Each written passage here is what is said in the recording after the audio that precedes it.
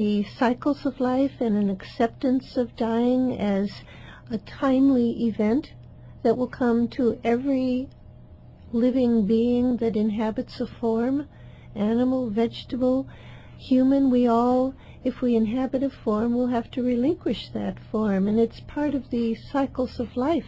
The Bible says there's a time to be born and a time to die, and it isn't a failure, it isn't something that's gone wrong, gone off track, but just a normal part of the cyclic flow of life.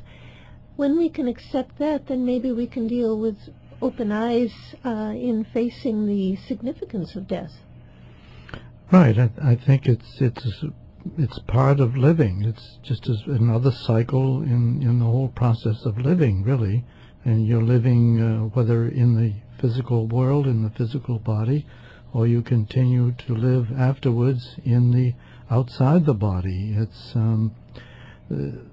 just a matter of consciousness, a shifting of consciousness from one state of consciousness in the physical world into another state of consciousness in a non-physical world. But it's the same consciousness, it's the same being, and it just, as it's described in the Bailey teachings, like going through a door from one room into another.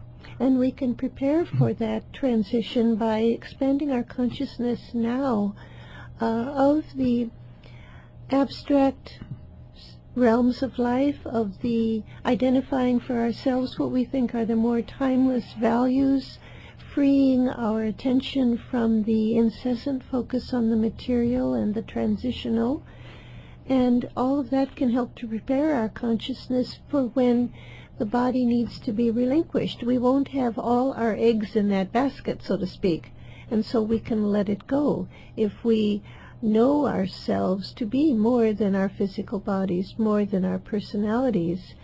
Alice Bailey touches on this in that she says, depending on the level of spiritual evolution is the degree of awareness when one dies, and the very materialistic, unspiritual person experiences death, she says, basically as a sleep and a forgetting.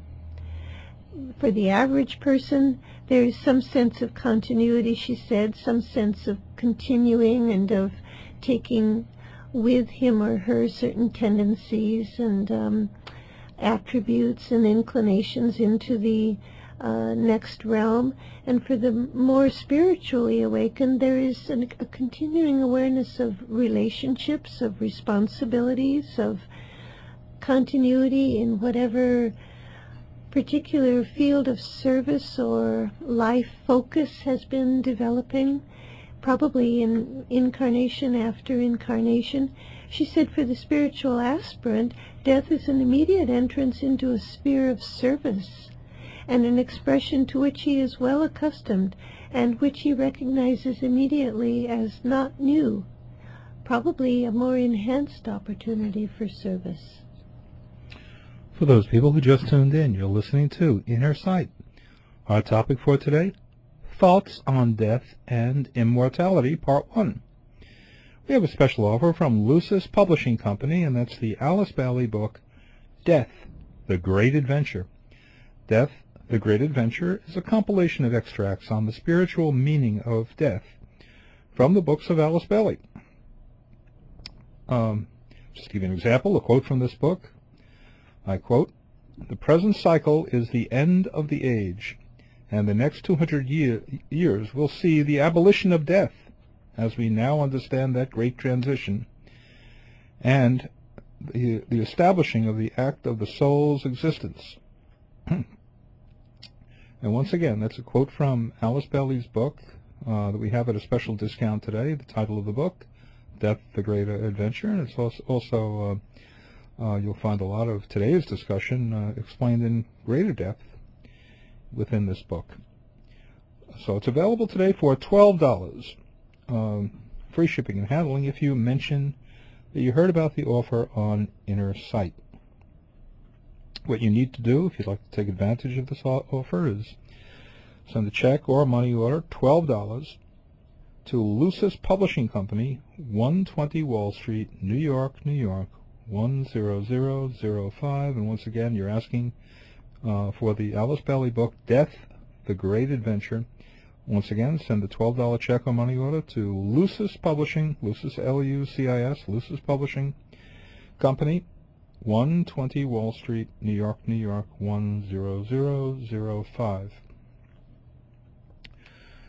If you'd like to get in contact with us for any reason whatsoever, just give us a call on our toll-free number, which is 1-866-695-8247. Generally, people call and they ask for a general package of information about what Lucis Trust is, and most frequently asked question that we can deal with right now is it a religion? No, it's not a religion. So if you'd like that general package of information, please give us a call. The easy way to remember the number is 1-866-NY-LUCIS, Lucis, L-U-C-I-S. Think of 1-866 New York, Lucis.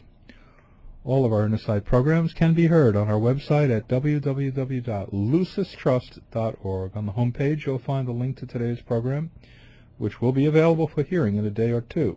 Last week's program is already available, and many of our past programs can also be heard. Once again, www.lucistrust.org. The theme of each week's program is posted in advance on our website so that you can see in advance what next Sunday's program will be. And once again, we appreciate your donations, both large and small. That's your support of what we're doing, and if you want us to continue with these shows, please continue to send those donations to us at 120 Wall Street. That's Lucis Trust, 120 Wall Street, New York, New York, 10005.